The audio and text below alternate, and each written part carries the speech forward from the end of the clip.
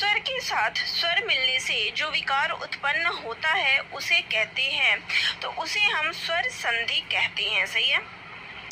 विद्यालय का संधि विच्छेद क्या होगा? तो विद्या जमा आलय। सही है। सर्वोत्तम का संधि विच्छेद होगा सर्व जमा उत्तम। सही है। उच्चारण का संधि विच्छेद होगा तो इसका उत् जमाचारण। सही है। महोजस्वी का संधि विच्छेद है। अब यहाँ पे ये प्रश्न का जो उत्तर इन्होंने लगाया है मता ओजस्वी, ये तो गलत है। इसका जो उत्तर होगा वो होगा महा ओजस्वी। ठीक है। जब हम महोजस्वी का संधि विच्छेद करते हैं तो वो महा ओजस्वी होता है, ना कि मता ओजस्वी। तो ये तो इनका गलत है, तो आप जो है इस पे ऑब्जेक्शन लगा सकते हैं। क्वेश्चन नंबर 5 पे चलिए अगला प्रश्न है, समास का अर्थ क्या होता है? तो इसका उत्तर है संक्षेप। सही है। जिस समास का पहला पद संख्यावाचक होता है तो उसको द्विगु समास कहते हैं। ये भी सही है। अगला है, घनश्याम में कौन सा समास है? तो बहुब्रीहि। सही है।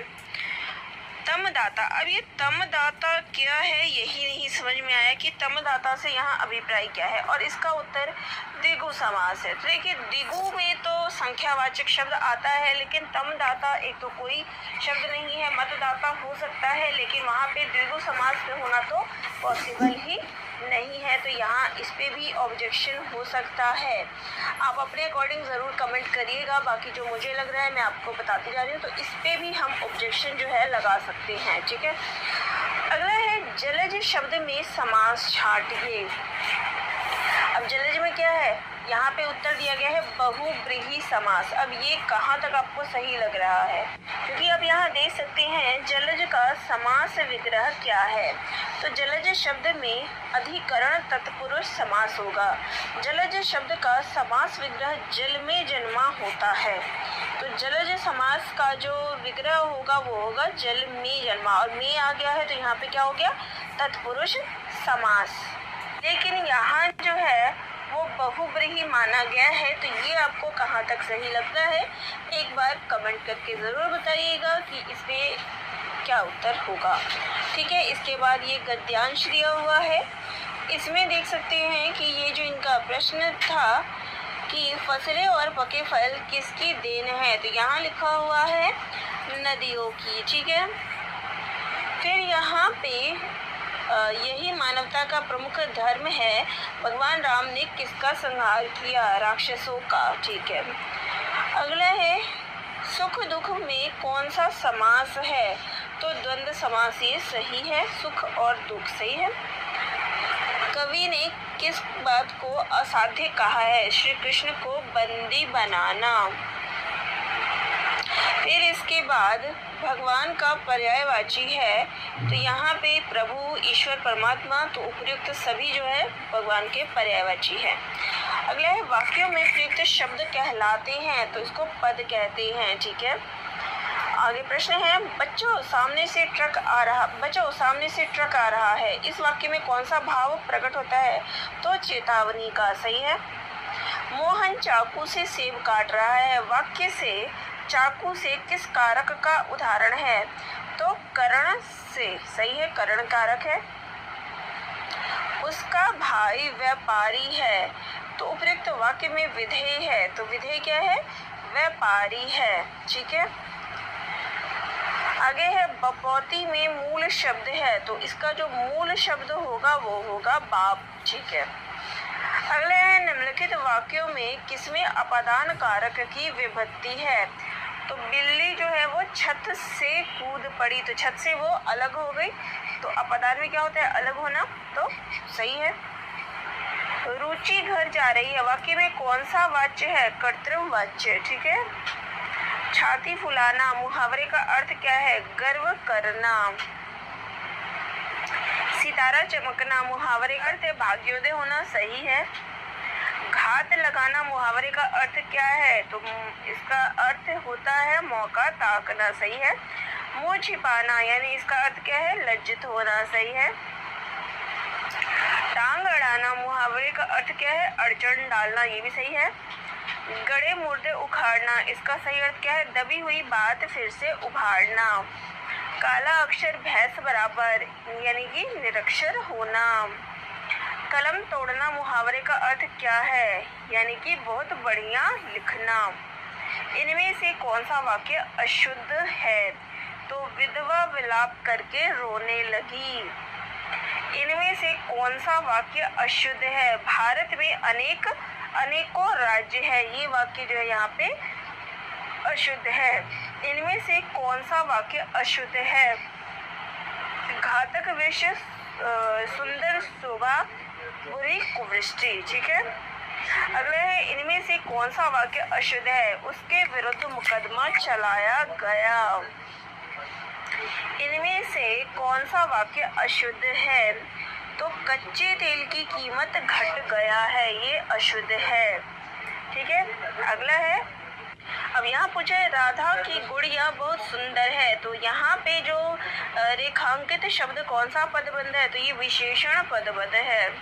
वाक्य के उस भाग को जिसमें एक से अधिक पद परस्पर संबंध होकर अर्थ देते हैं किंतु पूरा अर्थ नहीं देते हैं कहलाते हैं पदबंध। अंधेरा होने से पहले किसान खेत से लौट आया, तो इसमें रेखांकित शब्द क्या है? संज्ञा पदबंध। आगे है शेर की तरह दहाड़ने वाले तुम क्यों कांप रहे हो, तो इसमें कौन सा पदबंध है? सर्वनाम पदबंध। सुबह से शाम तक वह बैठा रहा, इसमें रेखांकित अब पदबंध कौन सा है? अव्यच पदबंध। जिस वाक्य में कर्म की प्रधानता होती है वह कौन सा वाक्य है? कर्मवाच्य। मोहन चित्र बनाता है, इसमें कौन सा वाक्य है? कर्तृवाच्य। मुझसे ऐसी बातें नहीं सुनी जाती, इस वाक्य में क्रिया किसके अनुसार है? कर्म के अनुसार। निम्नलिखित में से कौन सा कर्मवाच्य नहीं है? तो पूनम ने अपने बारे में बताया, तो ये कोई उसने कर्म नहीं किया। उसने भोजन कर लिया, वाक्य को कर्मवाच्य में बदलिए, तो उसके द्वारा भोजन कर लिया गया। निम्न में से कौन सा वाक्य शुद्ध है? मैंने अपनी किताब उसी दिन दे दी थी। फिर यहाँ पे शुद्ध वाक्य कौन सा है? मैं गाने का अभ्यास करता हूँ। निम्न में से कौन सा वाक्य शुद्ध है? कृपया आप ही यह बताएं। निम्न में से कौन सा वाक्य शुद्ध है? तालाब में छोटा सा मंदिर है। निम्न में से कौन सा मिश्र वाक्य है? तुम महान हो क्योंकि सच बोलते हो। अगला प्रश्न है शब्द शक्ति के कितने भेद हैं? तो 3 भेद है, अभिधा, लक्षण और व्यंजना। शब्द व्यंजक है तो उसके अर्थ कहलाएंगे व्यंग्य। को घाटिए वृषभानुजा वे हलदर के वीर, इसमें कौन सी व्यंजना है? शाब्दी व्यंजना। कौन सी शब्द शक्ति में अन्य अर्थ प्रकट होता है? तो व्यंजना में। दुबला पतला लड़का को जब हमने दारा सिंह कहा तो यहाँ कौन सी शब्द शक्ति हो गई? व्यंजना। सुमनों की मुस्कान तुम्हारी, कौन सा अलंकार है? अर्थ अलंकार। काव्य में जहाँ शब्द और अर्थ दोनों के कारण रमणीयता और चमत्कार हो तो वहाँ कौन सा अलंकार होता है? तो वहाँ पे उभया अलंकार होता है। रहीमन पानी राखिए बिन पानी सब सून, पानी गए न उबरे मोती मानुष चून, इस पंक्ति में कौन सा अलंकार है? श्लेष अलंकार। उपमेय में उपमान के संशय से कौन सा अलंकार पैदा होता है? संशय की बात किए तो संदेह अलंकार। बिगड़ी बात बने नहीं लाख करे किनकोय, रहीमन फाटे दूध को मथे न माखन होए, तो ये दृष्टांत अलंकार है। खोले जो की वार तुमको ही एती बाट, हरि नाम है हमारी बसी कानन पहाड़ में, तो यहाँ कौन सा अलंकार है? वक्रोक्ति अलंकार। अलंकार में शाब्दिक का क्या अर्थ होता है? तो अलंकार का अर्थ होता है आभूषण। रघुपति राघव राजा राम, तो यहाँ कौन सा अलंकार है? अनुप्रास अलंकार। काली घटा का घमंड घटा, यमक अलंकार। एक म्यान में 2 तलवार कभी नहीं रह सकती, दृष्टांत अलंकार। निम्न पंक्ति में कौन सा अलंकार है? उदित उदय गिरि मंच पर रघुबर बाल पतंग, विकसे संत सरोज सब, हर्षे लोचन भृंग। तो यहाँ पे रूपक अलंकार है।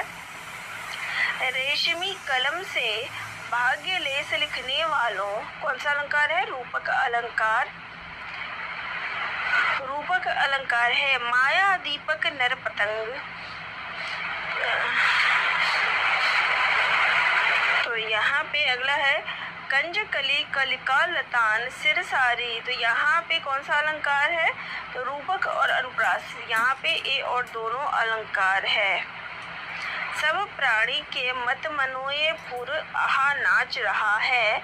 कौन सा अलंकार है? तो यहाँ पे रूपक अलंकार है। पियो सो कहेहु संदेश रा, हे भोरा हे काग। तो यहाँ पे कौन सा अलंकार है? उत्प्रेक्षा अलंकार है। बहुत काली सिल जरा से लाल केसर से। तो यहाँ पे जो है कौन सा अलंकार है? उत्प्रेक्षा अलंकार। झुककर मैंने पूछ लिया, खा गया मानो झटका। तो यहाँ पे कौन सा अलंकार है? उत्प्रेक्षा अलंकार, क्योंकि मानो आ रहा है। फूले है कुमुद फूली, मालती सदद बन, फूली रहे तारे मनो। यहाँ पे भी मनो आ गया, तो क्या हो गया? उत्प्रेक्षा अलंकार हो गया। नित्य ही नहाता शीर सिंधु में कलाधर है, सुंदर तवावन की समता की इच्छा से। अब यहाँ पे जो इन्होंने अलंकार पूछा, तो यहाँ पे भी उत्प्रेक्षा माना गया है। वेन शून्य जबते मधुर, तबते सुनत न वेन। यहाँ कौन सा है? विरोधाभास अलंकार है। तंत्रे नाद कवित रस, सरस राग रति रंग, अन बूढ़े बूढ़े तिरे, जे बूढ़े सवंग। यहाँ पे कौन सा अलंकार है? तो यहाँ पे विरोधाभास है। पत्थर कुछ और मुलायम हो गया। तो यहाँ पे क्या अलंकार है? विरोधाभास है। विस्मय यह गोदावरी, अमृतम फल दे। तो यहाँ कौन सा अलंकार है? यहाँ भी विरोधाभास है। फिर यहाँ पे उससे हादी होड़ लगाई। तो यहाँ कौन सा अलंकार है? विरोधाभास। छिदी धातु का शाब्दिक अर्थ क्या होता है? ढकना, आच्छादित। तो ये दोनों ही अर्थ इसके होते हैं। जिन वर्णों के उच्चारण में अल्प समय लगे उसको क्या कहते हैं? ह्रस्व। छंदों को पढ़ते समय विराम स्थल को क्या कहा जाता है? यति। चंचल शब्द में चंग वर्ण में कौन सी मात्रा होती है? गुरु। भगण में कितने लघु और गुरु वर्ण होते हैं? तो यहाँ आप देख सकते हैं। जिस छंद में प्रत्येक चरण में 11 वर्ण होते हैं उसे क्या कहते हैं? तो उसे हम उपेंद्र व्रजा और इंद्र व्रजा यानी कि ब और स दोनों कहते हैं। कवित्व वर्णिक छंद में कुल कितने वर्ण होते हैं? 31। निम्नलिखित में पंक्ति में कौन सा छंद है? ना जिसमें कुछ पौरुष हो यहाँ सफलता वह पा सकता कहाँ। तो यहाँ पे द्रुत विलंबित छंद है। निम्नलिखित पंक्ति में कौन सा वार्णिक छंद है? आए प्रजाधीप निकेतन पास ऊधो, पूरा प्रसार करती करुणा जहाँ थी। तो यहाँ पे वसंत तिलका है। फिर यहाँ पे भुजंग प्रयाति कौन सा छंद है? वार्णिक छंद है। काव्य गुण कौन सा है? तो काव्य के सौंदर्य और अभिव्यंजना शक्ति को बढ़ाने वाले तत्व जो है वो काव्य गुण कहलाते हैं। काव्य प्रकाश नामक ग्रंथ के रचनाकार हैं मम्मट। चारों चंद्र की चंचल किरणें खेल रही थी जलथल में। तो यहाँ इन पंक्तियों में कौन सा काव्य गुण है? तो प्रसाद गुण है। निम्नलिखित में से कौन आचार्य भरत मुनि के अनुसार काव्य गुण होते हैं? तो इनमें से कोई भी नहीं है। काव्य अलंकार सूत्र वृत्ति किसकी रचना है? वामन की। अभिनव गुप्त के अनुसार रस के कितने प्रकार हैं? तो 9 प्रकार हैं। नहीं पराग नहीं मधुर मधु, नहीं विकास यही काल, अली कली की सौबध्यो, आगे कौन हवाल। तो इनमें कौन सा रस है? तो इसमें श्रृंगार रस है। करुण रस का स्थायी भाव क्या है? तो यहाँ पे हास्य उत्साह भय है। तो इनमें से कोई भी नहीं है। वीरों का कैसा हो बसंत, तो इसमें किस रस की प्रधानता है? तो वीर रस की। भयानक रस का क्या भाव है? तो भय। शिक्षा। तो यहाँ तक जो है हमारे हिंदी के जो प्रश्न थे वो खत्म होते हैं। अब यहाँ पे सामान्य अध्ययन का जो है प्रश्न है वो शुरू होता है। शिक्षण प्रक्रिया में एक महत्वपूर्ण तत्व है तो शिक्षा। पाठ्य चर्चा है तो शिक्षण का निर्जीव ध्रुव बिंदु है। इनमें से एक शिक्षण का चरण नहीं है तो अंतःक्रियात्मक जो है इसका चरण नहीं है। चिंतन का तो अवलोकन कर सकते हैं, माप सकते हैं, देख सकते हैं, जो है उपरोक्त कोई भी चीज नहीं कर सकते। रॉबर्ट मेगर के अनुसार प्रभावकारी उद्देश्य के अवयव है तो निष्पादन, स्थितियां, मानदंड तीनों हैं। ठीक है।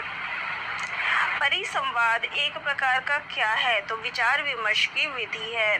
शिक्षक केंद्रित शिक्षण है तो सत्तावादी। सुकरात विधि है तो सुकरात विधि कौन सी है? प्रश्न उत्तर। गैगने ने प्रस्तुत किया तो क्या प्रस्तुत किया है? इवेंट्स ऑफ इंस्ट्रक्शन चरण। गैगने के इवेंट्स ऑफ इंस्ट्रक्शंस के कितने चरण होते हैं? 9 चरण होते हैं। सूक्ष्म शिक्षण में कौन से चरण शामिल हैं तो ज्ञान प्राप्ति की स्थिति, कौशल, अंतःस्थिति यानी उपयुक्त सभी। एक शिक्षक द्वारा श्याम पट्ट का सबसे अच्छा उपयोग किया जाता है महत्वपूर्ण और उल्लेखनीय बिंदु को लिखने के लिए। अभिक्रमिक अनुदेशन का विकास किसने किया है तो स्किनर ने। प्रगतिशील कक्षा पारिस्थितिकी तंत्र में बच्चों को देखा जाता है सक्रिय अन्वेषक के रूप में। शिक्षार्थी केंद्रित शिक्षा का प्रमुख सिद्धांत है तो इसमें है करके सीखना। पाठ्य पुस्तक का उद्देश्य होना चाहिए किसी विशेष विषय में पाठ्यक्रम के शिक्षण और सीखने का मार्गदर्शन करना। विश्वविद्यालय का पुस्तकालय बजट पारित किया जाता है कार्यकारी परिषद द्वारा। एक अच्छा शिक्षक होना चाहिए साधन संपन्न और सहभागिता।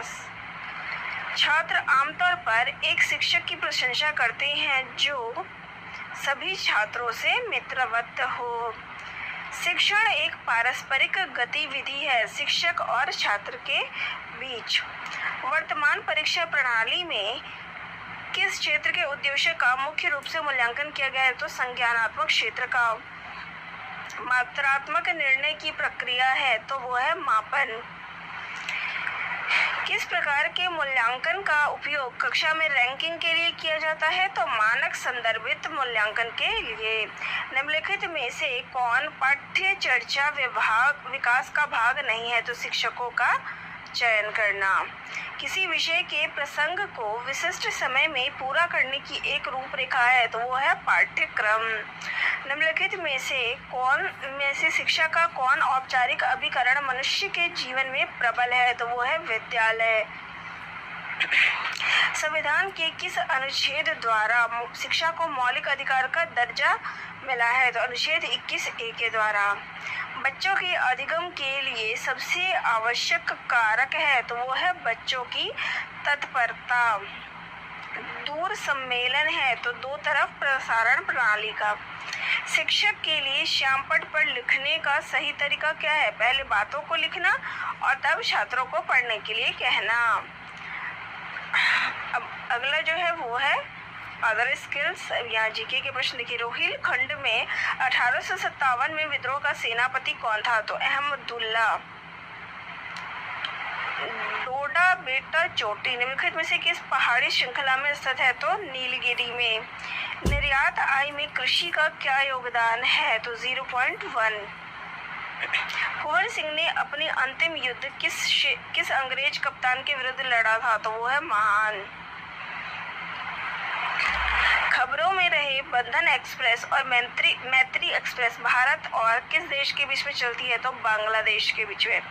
डीडीटी और एल्युमिनियम के डिब्बे डैश के उदाहरण है तो गैर बायोडिग्रेडेबल प्रदूषक के। प्लास्टिक कचरे के लिए निम्नलिखित में से कौन सा कथन गलत है तो इसका उपयोग जो है खाद बनाने के लिए किया जाता है। वनों की कटाई का सबसे बड़ा चालक है तो वो है कृषि। ग्लोबल वार्मिंग पृथ्वी की जलवायु प्रणाली के डैश में एक सदी के पैमाने पर वृद्धि गई है तो औसत तापमान। काला हिरण निम्नलिखित में से किस श्रेणी के जीवों में आता है? तो लुप्त प्राय प्रजातियों के रूप में। 5 लोगों की औसत आयु 42 वर्ष है। दूसरे सप्ताह में 8 लोग हैं जिनकी औसत आयु 81 वर्ष है। जब दोनों समूह को मिलाया जाता है तो जो आयु होती है वो क्या होगी? 66 वर्ष। ठीक है।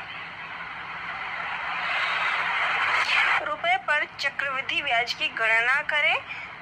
16,000 2 साल के लिए 10%, जब अर्ध वार्षिक रूप से संयोजित हो तो 17,640। 0.09 और 0.007 का गुणनफल है तो वो होगा 0.00063। ठीक है। दो संख्याओं का महत्तम समापवर्तक 8 है जबकि उनका लघुत्तम समापवर्तक 144 है। यदि एक संख्या 16 है तो दूसरी संख्या क्या है? तो वो है 72। 2 घर आमने सामने हैं। दोनों के ऊपर जो है चिमनियां हैं। चिमनियों को मिलाने वाली रेखा जमीन से 45 डिग्री है जिनकी औसत आयु 81 वर्ष है। जब दोनों समूह प्रणाली के डैश में एक सदी के पैमाने पर वृद्धि गई है तो औसत तापमान। काला हिरण निम्नलिखित में से किस श्रेणी के जीवों में आता है? तो लुप्त प्राय प्रजातियों के रूप में। 5 लोगों की औसत आयु 42 वर्ष है। दूसरे सप्ताह में 8 लोग हैं जिनकी औसत आयु 81 वर्ष है। जब दोनों समूह को मिलाया जाता है तो जो आयु होती है वो क्या होगी? 66 वर्ष। ठीक है। वृद्धि ब्याज की गणना करें। 16,000 2 साल के लिए 10%, जब अर्ध वार्षिक रूप से संयोजित हो तो 17,640। 0.09 और 0.007 का गुणनफल है तो वो होगा 0.00063। ठीक है। दो संख्याओं का महत्तम समापवर्तक 8 है जबकि उनका लघुत्तम समापवर्तक 144 है। यदि एक संख्या 16 है तो दूसरी संख्या क्या है? तो वो है 72। 2 घर आमने सामने हैं। दोनों के ऊपर जो है चिमनियां हैं। चिमनियों को मिलाने वाली रेखा जमीन से 45 डिग्री का कोण बनाती है। यदि एक घर की ऊंचाई 25 मीटर है और दूसरे की ऊंचाई 10 मीटर है तो घर एक दूसरे से कितने मीटर दूर है? 18 मीटर। मूली का संबंध जो है जड़ से है तो गुलाब का संबंध फूल से है। वह शब्द चुने जो बाकी से अलग है तो वो है आवरण। कि टोपी, पगड़ी, हेलमेट सब सर पे पहना जाता है लेकिन आवरण जो है वो पहनने का नहीं है। यहाँ पे सीरीज है 8, 12, 9, 13, 10, 11। इसके बाद क्या आएगा? तो देखिए इसके बाद जो क्रम है वो है 15 क्योंकि 14 के बाद जो है अगली संख्या यहाँ पे 15 आएगी और 11 के बाद अगली सीरीज 12 आएगी। ठीक है। यदि पंक्चुअल को ये लिखा जाता है तो लूना को क्या लिखा जाएगा? तो लूना को लिखा जाएगा 5786। तस्वीर में एक महिला की ओर इशारा करते हुए राजेश ने कहा, अपने दादा की इकलौती बेटी मेरी पत्नी है। राजेश उस महिला से किस प्रकार संबंधित है? तो उसका वो पिता है। ठीक है। तो ये थे 150 प्रश्न जो कि बिहार स्टेट पेपर में पूछा गया था माध्यमिक स्तर पर। तो आप सभी को प्रश्न कैसे लगे कमेंट बॉक्स में कमेंट करिएगा। मैंने सारे ही प्रश्नों का संकलन आप सभी के सामने रख दिया है। धन्यवाद। अगर आपको प्रैक्टिस सेट सही लगा हो तो इस चैनल को लाइक एवं सब्सक्राइब करें और आगे भी ऐसे प्रैक्टिस सेट आते रहेंगे। जय हिंद, जय भारत।